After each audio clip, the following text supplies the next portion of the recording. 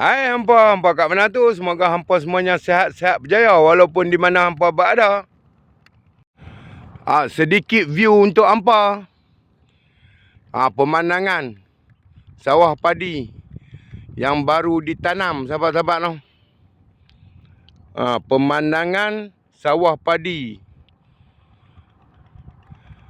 di sekitar Gunung Keriang, sahabat-sahabat. Di sekitar Gunung Keriang. Okey, apa-apa pun jangan lupa manfaatkan butang-butang di sebelah kanan anda.